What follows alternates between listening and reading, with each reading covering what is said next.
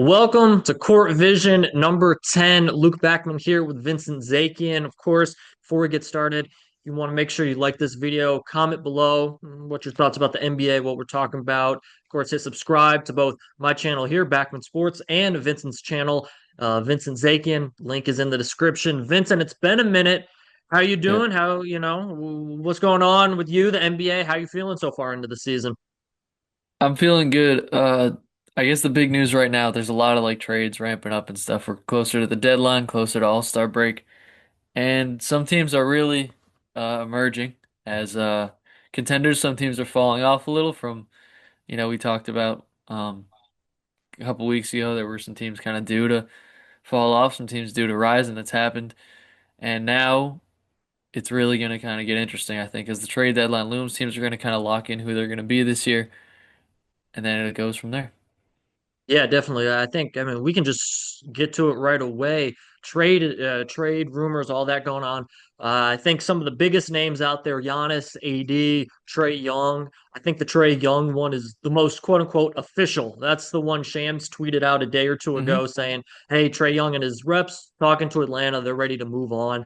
It feels like everybody knew this was going to happen at some point. Your reaction to Trae Young saying, "Hey, I want to out of Atlanta." Yeah, we've been kind of talking about this all season since before the season really. They looked, it's pretty much like pr proof now. I mean, the sample size isn't like statistically significant, but it's big enough to the point where we're like, hey man, the Hawks look better without Trae Young. And Mhm. obviously, that's a big deal because he's a guy who commands a ton of money. And if you have a guy who commands that much money that isn't impacting winning, which people have, kind of felt Trae Young isn't for a long time now. Now you have some real proof of that with some better players in his place with Nickeil Alexander-Walker, you know, taking his point guard spot while he was injured, with Mhm. Jalen Johnson becoming a real guy, with Dyson Daniels improving so much last year.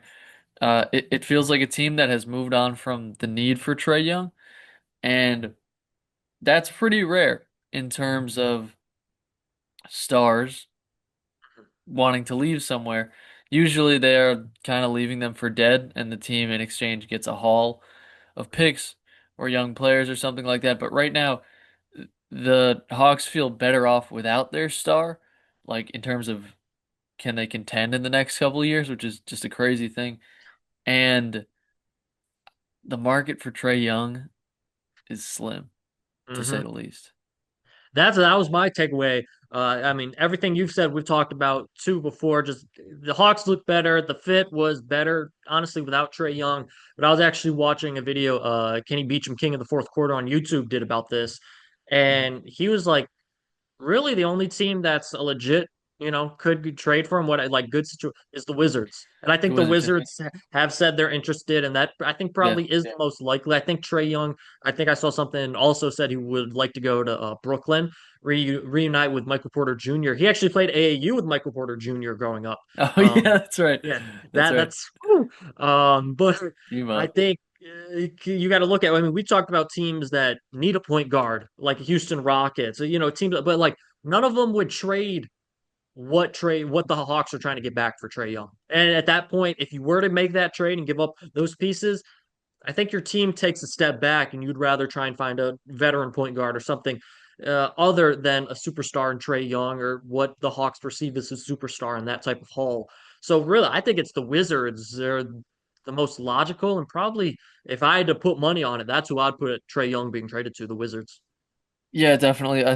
What's being thrown around now is that McCollum's going to be in the trade to make the salaries match, essentially. Like that's brutal when you're being traded for CJ McCollum at this stage. No disrespect. CJ used to be an awesome player on Portland. Yeah. He's kind of fallen out of favor since he negotiated this last collective bargaining agreement as the head of the Players Association. So maybe not the most popular guy in locker rooms these days, although everyone speaks highly of CJ McCollum. Um, Trey's got three agents working for him right now. Did you see this?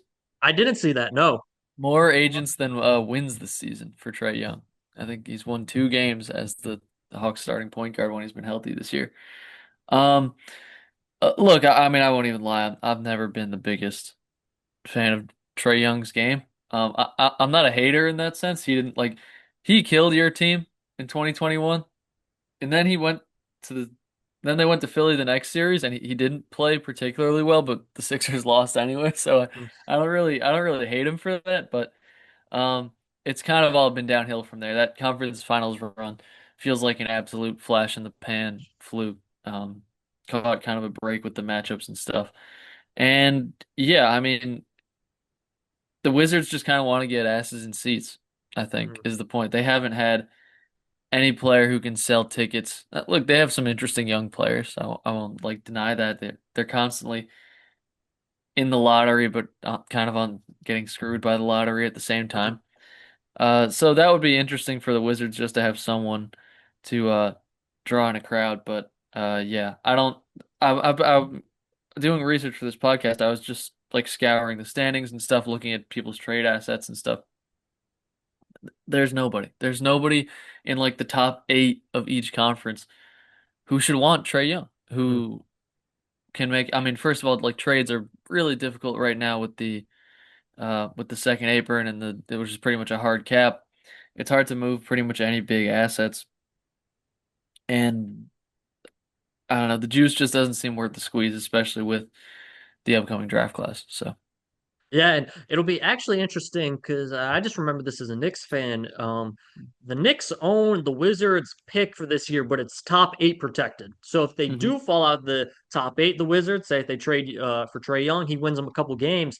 That hmm pick turns into the New York Knicks pick if it's nine or lower, or nine or higher, whatever. Yeah, nine, 10, whatever. They're going that yep, way. So I mean, you want to look at the Knicks, like, okay, if they want to try and trade for a Giannis Antetokounmpo in the summer or any type of move, that could become a valuable asset. And for the Wizards, that means you lose a lottery pick. So it'll be interesting. I think they're not really looking for that. I think they're saying, hey, if we can go get Trae Young, let's bring some sort of excitement to the city. We haven't had that since John Wall and Bradley Beal yep. about a decade ago. Another two hmm names on the trade block. This one, this is an interesting question because I we talked about this off camera just for a second right before. But Giannis and AD, both big names looking to potentially be on the trade block. If you had to bet, I know we talked about this off camera for half a second. But who would you say does get traded? Do you think they both get traded, or do you think one of them stays put, or both of them stay put? It feels so likely to me that Giannis ends up being traded in the summer that they wait on it. It's such a massive deal. Mhm. Excuse me. It's such a massive deal that like I feel like it needs time to develop. You don't want the Bucks won't want to rush anything because this is essentially their franchise's future lies entirely in how this Giannis trade plays itself out. The AD thing is, I mean, it's unfortunate how it's turned out for AD that he just got caught in the middle of this absolute heist, Mhm. and he should want to leave. And Chris Haynes is reporting that he probably is going to leave. I kicked around the idea of maybe the Hawks find a way to swap him for Trae and do Mhm. something to make the salaries match. It makes zero sense for the Dallas Mavericks. I think they'd be better off just keeping Anthony Davis Mhm. than trying to bring Trae Young in. I thought it would be interesting for maybe the Indiana Pacers for when Halliburton comes back, you get your rim protector back after losing Miles Turner. Again, don't really know how you'd make the salaries match. I think the Pacers, they're the worst team in the league right now. So Yep. I think they're pretty content to just sit on this lottery pick, get an awesome young player in this draft, and pair him with Halliburton going forward. So it'll be interesting to see what the deal is with Anthony Davis. I am struggling to find a solid partner for them though. Yeah, no, I agree with you on both fronts. I think Giannis, I think at this point, I think if everything's really cooled down with Giannis, it would take Yeah, something really to heat up for him to be moved in season. Because not only is it a big move for the Bucks, but for whoever trades for him, that's a huge shift to make in February. That's going to be three or four players gone, and you have to incorporate Giannis. I mean, as a Knicks fan, I look at the Knicks saying, "Hey, if you want to go get Giannis, that's going to take a long time to mesh, I think. Not a long time to mesh per se, but like it's going to have to be expedited if you want to win this year. And that's the case for a lot of these teams if they want to go get Giannis.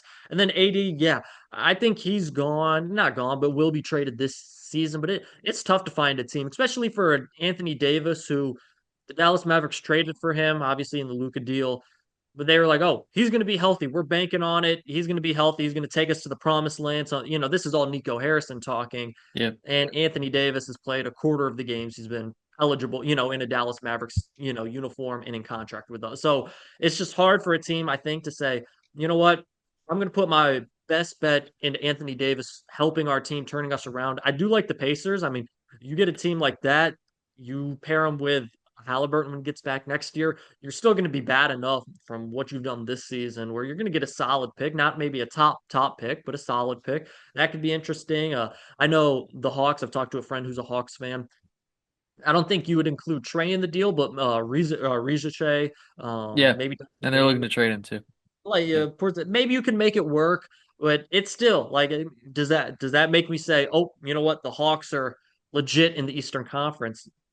I don't think so because my best bet at this point is I don't think Anthony Davis is going to be on the court until he proves to me that he can be on the court for a significant period of time. I'm Yeah. not going to go into saying, you know what, he's on this team. I'm going all in on these guys. I just have to see it to believe it at this point with AD. It's unfortunate because and even just like 3 years ago, if there's rumors of AD moving at the deadline, and regardless of age, like if there's rumors of early 30s big man with AD's talents at the deadline, there's going to be a real market for him. And honestly, the same thing with Trae Young. There's going to be, even like a couple of years ago, even if you feel like how I feel about Trae Young, that he isn't necessarily a winning player, Mm, there's always going to be a market for him. And right now, the way the salaries are constructed, the way the second apron stuff works in the NBA now, it's kind of killing the trade deadline, and it's also kind of killing free agency, and it's kind of forcing NBA teams to operate like NFL teams where there's a salary cap, mhm, where you draft or die pretty much, right? And unless you can pull off some kind of anomaly Luka Doncic trade, um, you are what you are, and mhm, it really kind of only incentivizes tanking, which is what the NBA is kind of trying to always fight against. And I've admired even teams. I remember when the Bulls got Vucevic and DeRozan, like whatever 5 years ago. I mhm, admired it because they weren't a team that was going to contend for a title, and they kind of knew that, but they knew they'd be like a playoff team, and so they kind of poured their assets in and said, you know what, we're going to be solid with these mhm, guys, because we don't want to tank and that kind of thing, and we want to accumulate talent, and only good things can come from that. And that system isn't really being rewarded anymore. Teams going for it in any capacity uh kind of hurts right now. But it's also the other side of it is like, what if you draft too well, like the Thunder, and now you have to worry about who to pay? It's mhm, all kind of a disaster, but I long for the old NBA of superstars on the move, wearing mhm. fat suits, trying to get traded to a contender. But I guess that those days might be gone for the foreseeable future. Thank you, CJ McCollum. Appreciate it. Yes. And one thing I also think is teams don't know the value of top guys anymore because you had a Rudy Yeah, Gobert, Michael Bridges go for 5 picks, Desmond Bain go for four or yeah, five picks. They don't know. Okay, what's a good haul for Giannis? Because are we just going to yeah, get the same for what with the Knicks trade for Michael Bridges? That should be what a Giannis Antetokounmpo goes for. 5 picks, a player here like that's what it should go for, not for Bridges. And I like Mikal Bridges, but not for yeah, Bridges, not for a Rudy Gobert. So teams I think are still trying to figure out what are these guys worth? What's a fair trade? Like, so yeah, I think they're in this little all the points you made and what I just said, like they're in this weird spot. It's like we don't know what our top guys should go for. It'll be weird. I think it'll take maybe these top guys, Trae Young, Giannis, AD being traded to be like, okay, let's kind of reset the yeah. market to see, Reset the market. okay, Yeah. this is where these top guys should be. Moving on, you talked about the Indiana Pacers real quick. It's just a thing I saw. Poor Rick Carlisle. Have you heard about this? Rick Mm-mm. Carlisle is sitting on 999 wins. He got that like a month ago. They've lost 13 in a row. He lost 13 games in a row. He's one win Oh, away Rick. from 1,000 career wins, and the Pacers have lost 13 games in a row. Jeez, man. I'd love to see how like in their social media drafts, like the graphic they have, and like congrats Yeah. coach, like how long that's just been sitting in there. Because again, Yeah. 13 games in a row after you're at 999. I know Rick Carlisle is just saying, let me get one win to get that 1,000. Um, I'm but excited for the Pacers like going forward. I, mhm, I think they really kind of changed the league last year with the way they played. Halliburton injury is like one of the most devastating things to ever happen in an NBA game. But they're mhm. gonna get a high pick, and I think they're gonna be really good. And I think it's gonna be like the early 2000s. It's gonna be Pistons Pacers. for the next Yeah, 5 years. uh, I think a couple of Eastern Conference other teams might have a name. But it is what it is. Talking about losing, Yeah, Oklahoma City Thunder. yeah, They're not breaking the record this year. I know a lot, no, they said they wanted to. Jalen Williams was saying, "Hey, we're better than this historical team, all that." yeah. One, it seems like the Spurs are their kryptonite. And two, hmm the Thunder are human. What have you taken away? I think the Thunder have lost 7 games total this season. What have you taken away from maybe a little bit of a slide from the Thunder? I think they're 5-5 in their last 10. Yeah, well, those Warriors teams were pretty good back in the day. We Yep. shouldn't discount that. That was a really good team. Those '95 Bulls, pretty good. You know, Hmm. Yep. but uh, they've had, I think, a little trouble integrating Jalen Williams back into the fold, which is kind of expected. The Spurs thing, and like we haven't, potted in a month, so we should definitely talk about this. This is the best thing that could possibly happen for the NBA right now. Is this Spurs Thunder rivalry? They had a mini rivalry back in the early 2010s, late Tim Duncan, early Kevin Durant days. And now the Spurs beat them without getting great Wemby games. And like they played each other 3 times in the span of like 2 weeks or whatever. Hmm. Spurs beat them all 3 times. Not great Wemby games. Like Wemby played, he came off the bench. And it shows, I think, what you need to beat the Thunder, what the Pacers showed in the finals to give the Thunder a run for their money. You need young wings, energetic guys, depth. You need to be able to we always talk about how the Thunder can just throw a million guards at you. You need to Hmm. be able to throw a lot of guards and wings at them too. And I mean, I can't say enough about the Spurs. I mean, like how amazing Steph Castle is right now. Like he looks like he's going to be one of the best guards in the league. Hmm. Dylan Harper's immediately figuring it out. Like he gets the paint whenever he wants. Hmm. And then, you know, the other guys are just kind of popping up and making great plays, Vassell and Champagny. And uh, the Thunder looked rattled. And I mean, the best part of all of it is the rivalry between Wembanyama and Chet. I mean, Hmm. I don't think those guys like each other very much. And that's so great for the league. So I think that if there is a formula, I still think the Thunder are the best team in the league. Hmm. Obviously, I picked the Nuggets to win the title, but I think the Thunder are the best team in the league right now. The formula is clearly depth, athleticism on the wing. And when you look around, the Lakers don't have that. The Timberwolves have sacrificed a little depth, but the Timberwolves kind of have that. Yeah. And so do the Rockets. And Hmm. so I think those are the interesting teams to look at when it comes to the teams that can beat the Thunder. Those teams with the athleticism, but I've loved what the Spurs have done, and I've been really impressed. I agree. And for the Thunder, hey, this is an 82 game season. These guys are historic record holders for a reason, these teams. I don't want, and I'm going through this a little with the Knicks and Knicks fans online. Yeah. This isn't college football where you got to go undefeated to make the playoffs. Yep. This is closer to baseball where hey, losses happen. Just make sure you're going in the right direction in the playoffs, you're healthy. That's what happens. It's a long season. Quickly for the Knicks, they're on a 4 game losing streak as they play the Clippers tonight.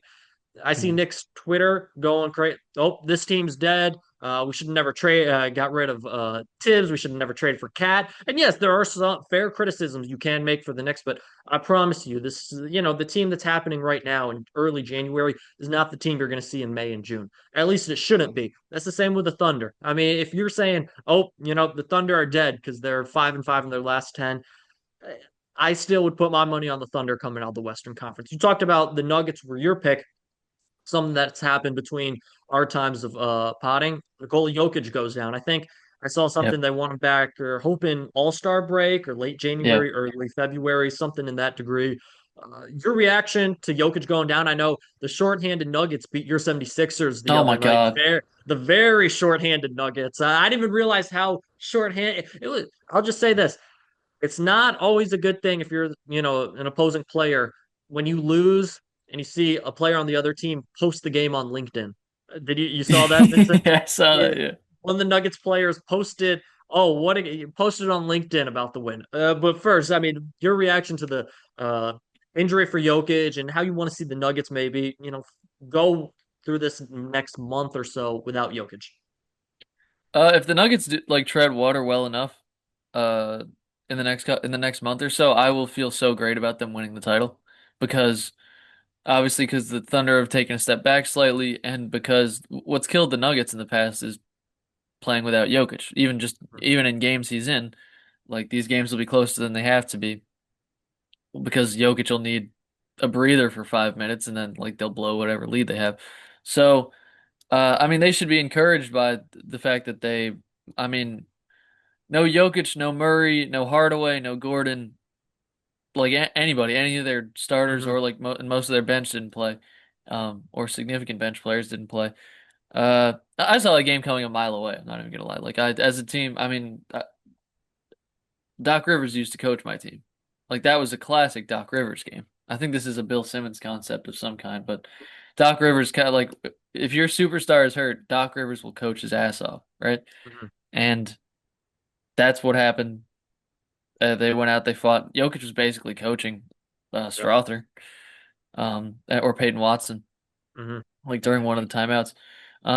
Sixers did beat the Knicks though, two nights earlier. I mean, I I know. want you to go on the Knicks. I want to hear what you uploaded, a 10-minute YouTube video about it. I want you to for this podcast. I saw Stephen A. Smith said he's worried, so I'm I not where assume I you are trust me. too. I assume you are too. You know what I think about Stephen A. and being a Knicks fan. I saw like a sentence and I just clicked off Twitter. I was like, I don't even care what he said, but I can go in on the Knicks in a second. Don't worry. I can. Yeah, I Uh, yeah, go ahead. I totally saw it coming. Every time I start thinking the Sixers can make like a run, because I mean Hmm. that win against the Knicks was so good at the Garden. Every time I think they can make a bit of a run, they remind me that this season should just be about fun and low expectations. So Yeah. All right. I'll go to the Knicks real quick. Yeah. yeah, It's funny. You just mentioned I put a 10-minute video. What's wrong with the Knicks on my channel yesterday or the day before this recording. I clicked end the recording and I realized I still have like three more points. The Knicks are just like that's what this is right for. now. They can't play defense. That was the whole premise of my video. They cannot play defense, and this is what scared me a little bit when they said, "Tibbs, you're gone. Mike Brown, you're here." While Mike Brown has upgraded the offense significantly, I mean, I think before this stretch they had like the third ranked, third net rating offense in the league.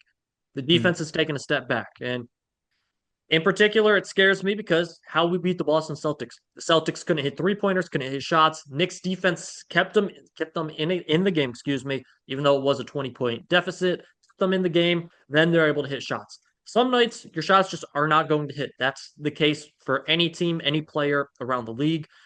Can your defense keep you in the game? Right now, the Knicks cannot do that. The Knicks, OG Anunoby and Mikal Bridges, two players I love, and I love OG Anunoby.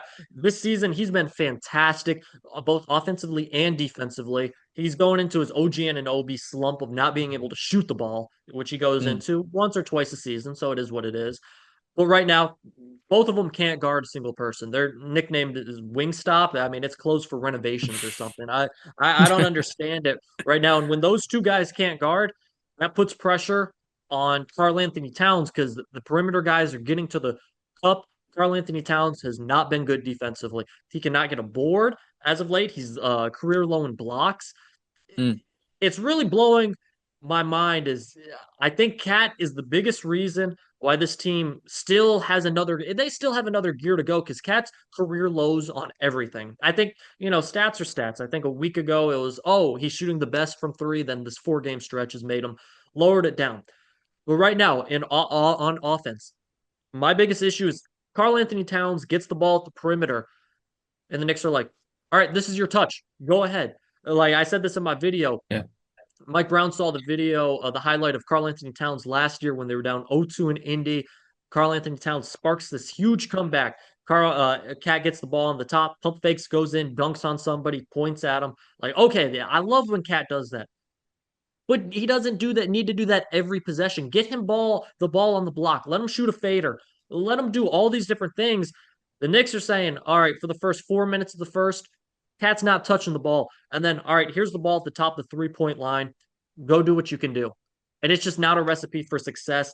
I don't think he's really been integrated into this offense completely. Again, these are all things that can change. I think the defense will tighten up. Everyone on the team has said the defense needs to tighten up, and they have the defenders to do it. Deuce McBride, OG, Mikal Bridges, Mitchell Robinson, right there. Josh Hart can play defense sometimes. Sometimes he Mhm. can't also. But I think this team is, they're going to go through stretches. Like I said with the Thunder, it's annoying that the stretches are coming right now. They should have beat the Spurs. I watched that game. They gave that one up. Wemby goes out in the fourth. You have a 10-point lead, and you can't locate Champagnie, who's hit 11 threes. I kid you not, he'd hit 9 threes. The next two threes were the most open ones he had all game. It's basic defensive concepts they're not getting right now.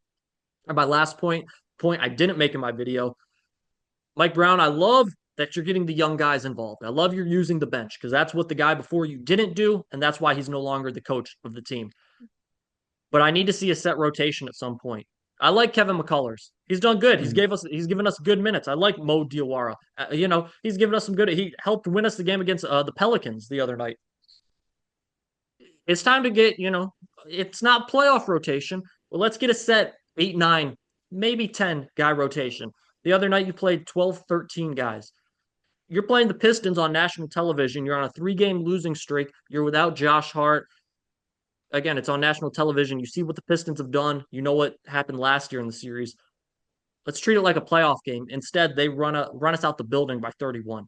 Do I think that's Mhm. going to be the next team that plays the Pistons in the playoffs or whenever the next time they play? No. But okay, let's get a little bit of sense of urgency, even though it's early January. So I don't know. I think the Knicks will be fine. That's just my take on their 4-game losing streak. It's getting annoying tonight. Hey, your defense, OG Anunoby, your defense better be top notch because Kawhi Leonard's on a heater right Yeah. now, and he's walking into MSG. So hey, you can't lose 5 in a row. Make sure you guys get it done tonight. So we're gonna see. Hey, I think the Knicks will be good, but it's frustrating at the moment because a team that defensively was extremely good, all the same guys are back from last year from that defense. And right now, Yeah. it's the defense hasn't been good the entire season. So I think everything starts with defense for this team. Yeah. Um, Hater watch must be overflowing after that Pistons game. Yeah. I love Cade Cunningham, but when he plays the Knicks, I hate Cade Cunningham. Yeah. Isaiah Stewart pushing Jalen Brunson midair. I'll Yeah. never like if I was a GM or a head coach of a team, and maybe because I was a dirty player in high school, I'd have one guy. I, I'll call a spade a spade. I'd have Yeah. one guy on my roster that I'd put into a game, and you have 6 fouls, use them. You have 2 technical fouls before you're ejected, use them. All right, you get down low, give Isaiah Stewart an elbow or something. Maybe you're going to have to get ready to fight because Isaiah Stewart's ready to go. But man, I Yeah. want the Knicks to get a dog, and maybe Josh. I think Josh Hart is that guy, and he's out Yeah. at the moment. I think he might be back tonight against the Clippers, or if not, the next game. But I want to see some fight from the Knicks. And people have used the cup as an excuse, the schedule and stuff. Okay, that was cool a week after the cup. Now we're a month or so after the cup. If you don't have fight or if you're still tired, man, you're in the wrong sport. You played one extra game. I know, it's hard to say. Come on, you've all these guys have had games where they've rested or taken the night off. So figure it out, Nick. So that's all I got to say on them, which is pretty much a lot. Yeah, Well said. Well thank you. said. Quickly, I want to ask you something because I Mhm. saw Kevin Durant. He had a game winner against Yes, sir. Phoenix, and afterwards he said, they said, "Hey, does it feel good to hit a game winner against this team?" And his answer was, "Yes, it does." They kind of scapegoated me, pushed me out. Yeah. Was that the case in Phoenix, or is that a little bit of Kevin Durant maybe in his feels? Because I never thought KD was scapegoated. No, I never thought so either. Okay. Um, I mean, maybe some people, like local people, were like didn't like KD. He wasn't like a longtime Suns player. Maybe he wasn't beloved there. But I mean, Bradley Beal making 50 million and not playing was probably a bigger issue than Mhm. than KD. But you know how these guys are. They manufacture, and this sounds like I'm insulting KD. I'm not. This is what great players do. They kind of manufacture beef in order to motivate themselves to play well. Mhm. And KD probably does have it in his head because thinks highly of himself because he's one of the all-time great basketball players. Probably does have it in his head that, the Suns betrayed him in some way. Um, which, wouldn't shock me, but it was like, a year of KD trying to get out of Phoenix. So, Okay. and hey, maybe he was trying to get out of Phoenix because he felt betrayed, but what came to the public, what was reported was mostly, KD forcing his way out of Phoenix. And, it was the right thing to do. Like, I don't Hmm. blame him for it at all. I love seeing him on this Houston team. And by the way, hitting that buzzer beater against Phoenix in what is kind of a big game because Phoenix has been all right this year. Hmm. It's exactly what he was brought to Houston to do, Hmm. right? Because we saw last year, Houston, such a good defensive team, so athletic, so many good young players, didn't have a guy who could hit the last shot. And Yep. that's what KD does. He's, the best pure shooter ever. So, Hmm. uh, I love seeing him do what he was brought to the Rockets to do. He's clearly happier being with the Rockets than he was with the Suns, and I appreciate that he wants to like. I like when guys don't like other teams, Yeah. and if Katie doesn't like the Suns, even if it's for kind of a misguided, misplaced reason, I support it. But I think it is a little bit of revisionism on his part. Okay, I was just making sure because again, I felt like, hey, people actually applauded Katie trying to, that roster was not good in Phoenix Yeah, at all. I mean, Bradley Beal, you mentioned it. I thought people like were like, okay, I think Katie haters, of course, used it to say, oh, he's going from team to team again. Like, and you're always gonna have the haters, but I didn't realize, like, yeah, Katie can use, come up with any narrative he wants, but I was like, I never thought he necessarily was the like pointed at by all the media saying this is why Phoenix didn't win. I thought, hey, it was kind of he's doing as much as he can. It's the team around him. So I just wanted to make sure I had been like, okay, it wasn't only me that didn't feel like yeah, what Katie was saying was true. totally. I saw it and I was immediately like, that doesn't seem right. Hmm. What else you got, Vincent? I have a Michael Porter Jr. quote of the week, Yes. which is rapidly becoming my favorite segment. But I want to be fair to Michael Porter Jr. because the past quotes of the week have been us, kind of making fun of him, kind of being like, what is this guy doing? Why is he always on him? Like, he said something very thoughtful and profound after his last, a couple nights ago after Okay. one of the Nets games about his role on the Nuggets. So he said, Mhm. I think whenever you have a team that talented, a championship caliber team, there's going to be guys that sacrifice some of the shots and some of the ways they probably could have used me. We had enough good players to where we could create a good shot in a different way. I didn't need to come off a screen and be a high usage in a way that some of the tough shots I'm shooting here, which I make, but over there, those might not be considered the most high percentage shots that we could get. So, as with every good team, but this is I don't even know where he's going with this. He was kind of rambling, but point is, good self-awareness from Michael Porter Jr., a guy who I have probably thought doesn't have a lot of self-awareness in the past.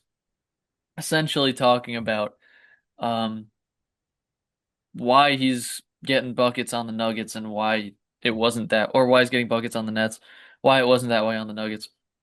Mm. I liked it. I liked the self-awareness from good old Michael Porter Jr. And I just want to be fair to the guy. I feel like I've been taking shots at him the past couple times, so maybe we'll get back to that. It's up to him to, bring us a good quote. But um, Maybe he's turned the tide because I just saw a clip of Aiden Ross saying he had a stream with a canceled NYC basketball player because the player's PR team reached out to Aiden Ross and said we didn't like some of your comments about like he was going back and forth with a rapper, and mm, everyone in the comments mm, is like it had to have been Michael Porter Jr. So if Michael Porter Jr., or maybe Adam Silver was like, you know what, we're putting a PR team with you. I'll foot the bill or something, but yeah. maybe it's a new day and age for Michael Porter Jr. He's saying, okay, I'll put it together. I think I saw a couple people were checking in with the Nets on seeing whether MPJ was available at the trade deadline. I mean, the way Yes, he's playing at excellent. an all-star level this year. He's Definitely. been phenomenal for the Brooklyn Nets.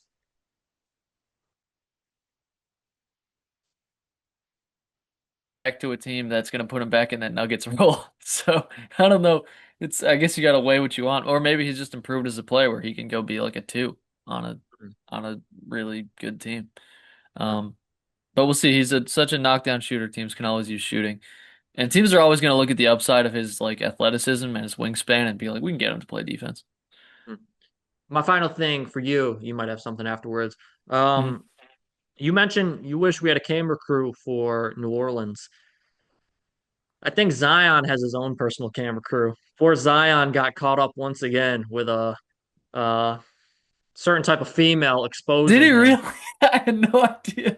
It came out I this had no. morning. I saw on my Twitter feed this morning. Another How did that one. not come across mine? Yeah. I'm sure once you'll see it, but I mean, Zion. it's he's played okay this year too. Like I mean, He he's never played like plays badly.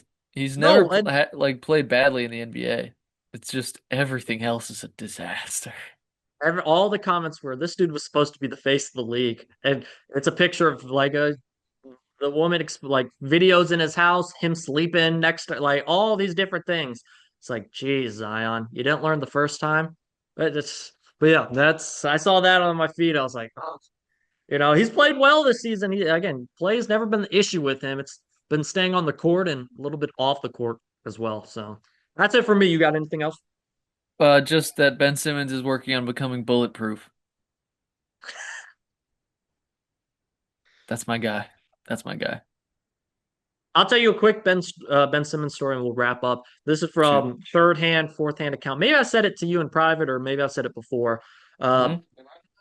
I think there was a girl from my hometown, new people that I know, whatever, they relayed the story to me. But she was out in LA. She got invited to Ben Simmons' house with, a party, whatever. Ben Hmm. Simmons is like talking to all these girls and, oh, you play in the NBA? We'll do, they don't know. Handsome Um, guy, Ben Simmons. Handsome guy. Right. Now he's into fishing, all these different things. Ben Yeah. Simmons told the group of girls, he's like, yeah, I'm in the NBA. I'm good enough. I don't really even have to practice. I don't really have to do, I just go out there and play. Like basically bragging, oh, I don't have to work on my game because they were like, oh, well, do you have to practice? Is it a crazy schedule? No, I really, just chill at my house. I don't really have to practice. I don't, I'm good enough that I just go on the court and do what I do. And then a year later, he's out the NBA. So there's been a running joke with my friends and I'll leave the girl's name, out of the mix, but Yeah. she was shams in that moment. I heard that, and we all were like, Reliable source. Yeah. "Yeah, this is Ben Simmons. This is how he goes. This is how he thinks." And dude's now getting into fishing. I don't know if he's trying to make an NBA return. I saw Rich Paul had some comments about Ben Simmons the other day, so it's now trying to be bulletproof. I didn't even know that. Bulletproof. One of one, one of one. Ben Simmons No is. doubt. No doubt. Insane. As we wrap up here, Vincent, anything you're looking forward to in the NBA here in the next couple of weeks? I'm looking forward to this trade deadline and then the All-Star break. I mean, flatly, I just want to see my guy Maxey be an All-Star starter. He's been so unbelievable for the Sixers. I want to see that. They've been we didn't talk about the Sixers at all, but they've been such a fun watch. Kind of frustrating sometimes, but Maxey and Edgecombe kind of make it worth it. So I'll keep watching them. I'll keep watching the Rockets because I love doing it. And yeah, excited for the trade deadline to see what happens to these guys. I'm with you. Selfishly, I need the Knicks to figure their stuff out here in the coming Yep. weeks. But I know they got the Clippers tonight, and then they got a Western Conference road trip coming up. But it'll be interesting. It's a fun time so far. I think we'll know some more the clear picture in the coming weeks about who is getting traded, what that would look like, what teams are involved. It'll be interesting. But I think that's it for us here for Court Vision. We'll be back sooner. That there won't be this long break in between. So Yeah. holidays, life. We'll be back sooner than a month. You don't have to worry. So we'll be back in a week or two, a week and a half, so something like that. But appreciate everyone tuning in. Remember, go subscribe to Vincent at Vincent Zakian on YouTube. Subscribe here to Backman Sports for Court Vision. Hey, I'm Luke Backman. That's Vincent Zakian. That's all we got for you. Peace. We're out.